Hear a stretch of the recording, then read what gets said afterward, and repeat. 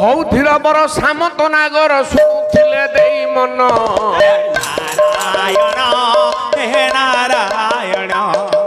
ଯାହା ଯାହା ନ୍ୟାୟ ଏବେ ହୋଇଲା ଲୋଚନ ନାରାୟଣ ବିଷୟ ବସ୍ତୁରେ କଥା ଏବେ କରିଛି ବସାଣ ନାରାୟଣ ହେ ରହ ବାବୁ ବିଶ୍ୱଶ୍ରୁକ ଯଜ୍ଞ ବିଶ୍ୱଶ୍ରୁକ ଅର୍ଥ ବ୍ରହ୍ମା ଆଜ୍ଞା ବ୍ରହ୍ମା ଗୋଟେ ଯଜ୍ଞ କରିଛନ୍ତି ଠିକ এই যজ্ঞরে উপস্থিত হই সমস্ত দেবতা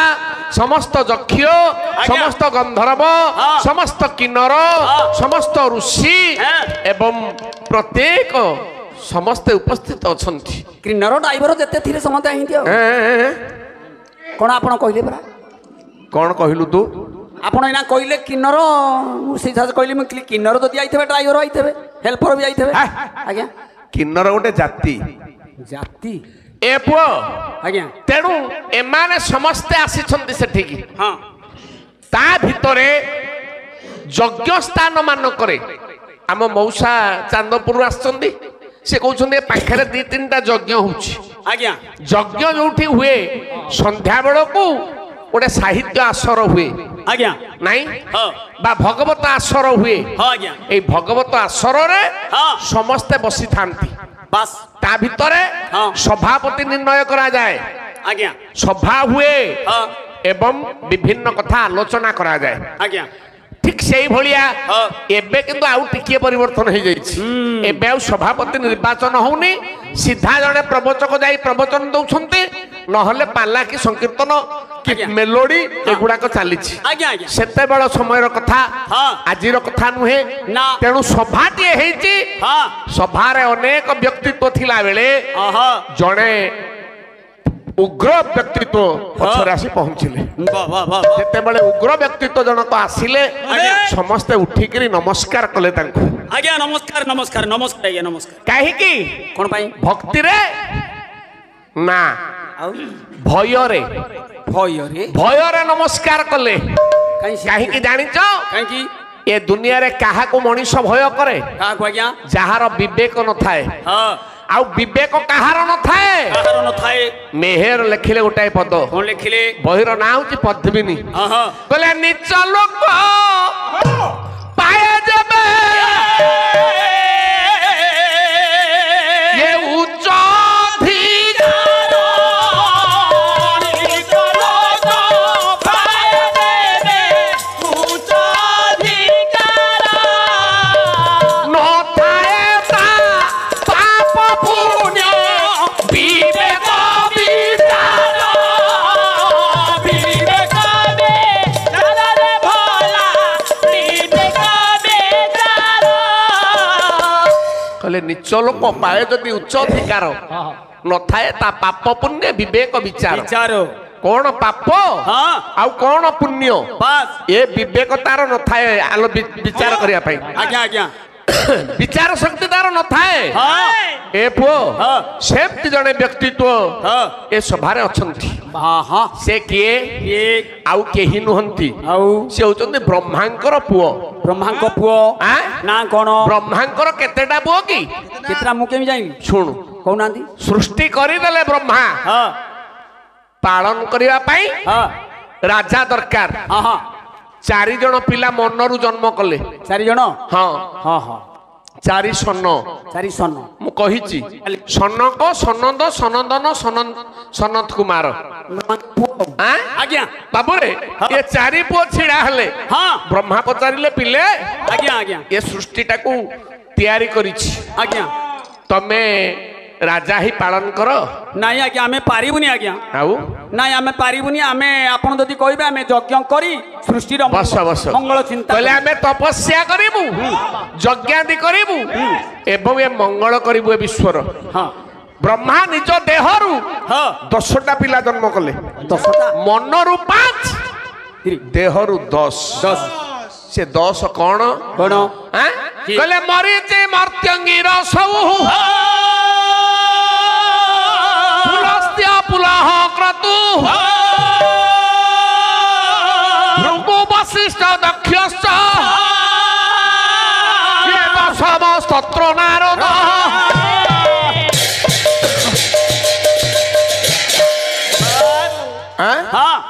ଶ୍ରୀମଦ ଭାଗବତ ବ୍ୟାସ ଗଣେ ପୁଅ କହୁନାହାନ୍ତି ଆଜ୍ଞା 10ଟା ପିଲାଙ୍କ ନାଁ ଗଣେ କୁହନ୍ତୁ ମରିଚି ସାରେ ମଲା ଲୋକ କାହିଁ ଏଠିକି ଆସିବେ କଣ ମରିଗଲା କିଏ ମରିଗଲା କଣ ଆପଣ ବା ବର୍ତ୍ତମାନ କହୁଛନ୍ତି ମରିଛି ଓହୋ ଋଷିଙ୍କ ନାଁ ହଉଛି ମରିଚି ଓହୋ ଋଷିଙ୍କ ନାଁ ମରିଛି ମୁଁ କହିଲି ମଲା ଲୋକ ହଁ ଏକ ଅତ୍ରି ଦୁଇ ଅଙ୍ଗିର ଅଣ୍ଡିରା ଅଣ୍ଡିରା ନୁ ମୁଁ ଅଙ୍ଗିର କହୁଛି ଅଙ୍ଗିର ତିନି ପୁଲସ୍ତ୍ୟ ଚାରି ପୁଲହ ପାଞ୍ଚ କ୍ରତୁ ଛଅ ଭୃଗୁ ସାତ ବଶିଷ୍ଠ ଆଠ ଦକ୍ଷ ନଅ ନାରଦ 10 ଏ 10ଟା ପୁଅକୁ ଦେହରୁ ଜନ୍ମ କଲେ କି ବାବାର ବୁଢାର କିରି ବାବାରେ ହଁ ହଁ ଇଏ 10ଟା ପିଲାଙ୍କୁ କହିଲେ ତମେ ତମ ଭିତରୁ କିଏ ରାଜା ହବ ସମସ୍ତେ ମନା କଲେ ଜଣେ ରାଜା ହେଲା ଦକ୍ଷ କହିଲେ ମୁଁ ହେବି ମୁଁ ତା ମୁଣ୍ଡରେ ପାଟ ଭିଡି ଦିଆଗଲା ତୁଳସୀ ଦାସ କଣ କହିଲି ରାମଚରିତ ମାନସ କହିଲେ ବଡ ଅଧିକାର ଦଛ ଜବ ପାଉଆ ଅତି ଅଭିମାନ ହୃଦୟ ତବ ଆଉଆ ନହି କୋଇ ସଜନ ମାଜଗ ମାହି ପ୍ରଭୁତା ପ୍ରାୟ ନହି ମଦ ନାହିଁ କହିଲେ ବଡ ଅଧିକାର ଦଛ ଜବ ପାଉଆ ଦକ୍ଷ ଯେତେବେଳେ ବଡ ଅଧିକାର ପାଇଗଲେ ଅତି ଅଭିମାନ ହୃଦୟ ତବ ଆଉଆ ହୃଦୟରେ ଗୋଟେ ଅଭିମାନ ଆସିଲା କାହିଁକି କେହି ରାଜି ହେଲେନି ନା ଇଏ ଏଡ ବଡ ଉପାଧି ପାଇଲେ ଏତେ ବଡ ସିଂହାସନରେ ବସିଲେ ଏ ବିଶ୍ୱ ସିଂହାସନର ସେ ହେଲେ ରାଜା ଆଜ୍ଞା ତେଣୁ ଅହଙ୍କାର ଆସିଲା ଅତି ଅଭିମାନ ହୃଦୟ ତବ ଆଉଆ ନହି କୋଇ ଅସଜନ ମାଜକ ମାହି କହିଲେ ଜଗତରେ ମୋ ଭଳିଆ କେହି ପୁଣ୍ୟବାନ ନାହାନ୍ତି ଅସଜନ ମାଜକ ମାହି ପ୍ରଭୁତା ପାୟ ନାହିଁ ମଦ ନାହିଁ ମୋ ଭଳିଆ ପ୍ରଭୁତା ମଧ୍ୟ କାହାର ନାହିଁ ମୋ ଭଳିଆ ସୁନ୍ଦର ମଧ୍ୟ କେହି ନୁହନ୍ତି ଏଇ ଅହଙ୍କାର ତାଙ୍କୁ ଆଗକୁ ବଢେଇ ଦେଲା ଏ ଅହଙ୍କାରରେ ସେ କାହାକୁ ଖାତିର କଲେନି ସେଦିନ ସେ ସଭାରେ ପହଞ୍ଚିଲା ମାତ୍ରେ ସମସ୍ତେ ଭୟରେ ନମସ୍କାର କରିଦେଲେ ଆଜ୍ଞା ପ୍ରଣାମ ଆଜ୍ଞା ପ୍ରଣାମ ଆଜ୍ଞା ନମସ୍କାର ଶେଷରେ ଏଇ ଦକ୍ଷ ପହଞ୍ଚିଲେ 3 ଜଣଙ୍କ ପାଖରେ 3ଟି ଆସନରେ 3 ଜଣ ବସିଛନ୍ତି ଜଣେ ବ୍ରହ୍ମା ଜଣେ ବିଷ୍ଣୁ ଆଉ ଜଣେ ମହେଶ୍ୱର ଶଙ୍କର ଭଗବାନ ଏଇ 3 ଜଣ ଯେତେବେଳେ ବସିଛନ୍ତି ଆଜ୍ଞା ତାଙ୍କରି ପାଖରେ ପହଞ୍ଚି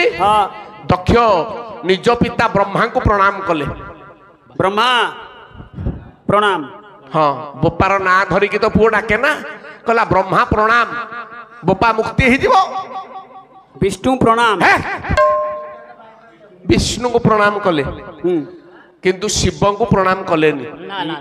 कहीं ना शिव यांकर हिसाब रे जोई हेबे ये नमस्कार कलेनी कलेनी सिना शिव को ठारो नमस्कार चाहिए कहीं ना जोई जेहेतु से मत नमस्कार करिवे शिव भी आपको नमस्कार कलेनी ना ये शिव को कलेनी कि शिव को नमस्कार बाबू रे से तो निर्विकार पुरुष शिव तांकर भलो केते मंद केते बाबू रे महात्मा मानकर दुख कौन सुख कौन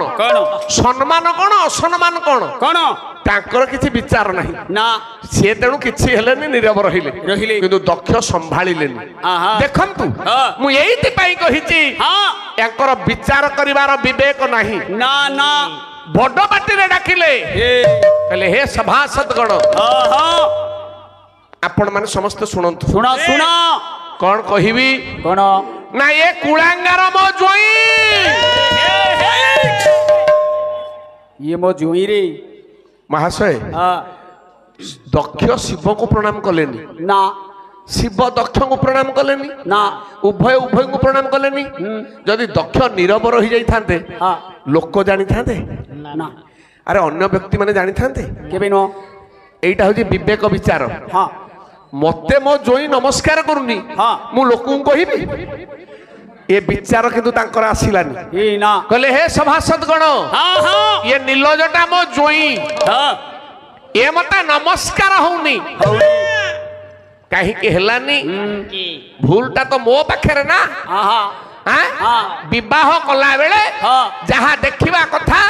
ମୁଁ ଆଠୁ ଦେଖିନି ନାଇଁ ନାଇଁ ମୁଁ ବାପାଙ୍କ କଥାରେ ରାଜି ହେଇଯାଇଥିଲି ବାପାଙ୍କ କଥାରେ ମୁଁ ରାଜି ହେଇଯାଇଥିଲି ବାପାଙ୍କୁ ସେଦିନ ପଚାରିଲି ମୁଁ କହିଲି ମୋର ସବୁ ଝିଅକୁ ଆପଣ ବାହା ଦେଲେ ମୋର ସାନ ଝିଅ ତା ନାଁ ହଉଛି ସତୀ ପାଇଁ ଯୋଗ୍ୟ ବର କିଏ ତାର ସମାନ କିଏ ହବ ମାର ରୂପ ବର୍ଣ୍ଣନା ମୁଁ କରୁନି ବାବୁରେ କହିଲେ ମୋ ଝିଅ ଭଳିଆ ସୁନ୍ଦର କିଏ ହବ ଠିକ ଜଇଁଟା କିଏ ହବ ବହିର ନାଁ ହଉଛି ଅମ୍ବିକା ବିଳାସ କବି ହେଲେ ବ୍ରଜନାଥ ବଡ଼ଦେନା ଆଶୁପତି କହିଲେ ଅନୁସନ୍ଧାନରେ ବ୍ରହ୍ମା କରିଲେ ବିଚାର ଅନୁସନ୍ଧାନରେ ବ୍ରହ୍ମା କରିଲେ ବିଚାର ଅନୁମାନ କଲେ ସତୀ ଯୋଗ୍ୟ ବର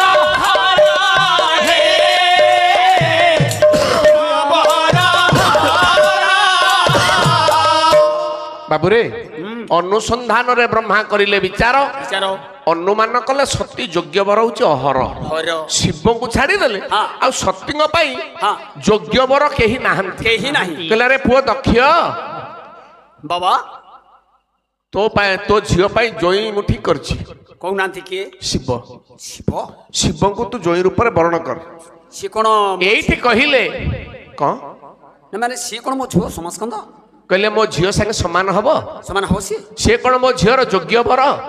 କହିଲେ କାହିଁକି ଆପଣ ମାନେ ଝିଅଟିଏ ଦେବେ ବରପାତ୍ର ଦରକାର କେମିତି ବର ନିର୍ବାଚନ କରିବେ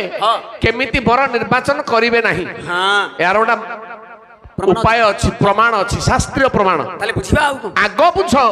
କେମିତି ଜଇଁ ଆପଣ ମାନେ କରିବେ ନାହିଁ କେମିତି ଜଇଁ ଆପଣ କରିବେନି ଲକ୍ଷଣ ଗୋଟିଏ ପଦ ଶ୍ଲୋକ କହିଲେ ଉନ୍ମତ ପତିତ କୁଷ୍ଟି ଷଣ୍ଡ ଚୈବ ସ୍ୱଗୋତ୍ରଜ ଚକ୍ଷୁଷତ୍ର ବିନଶ୍ଚ ତଥା ପସ୍ମାର ଦୂଷିତ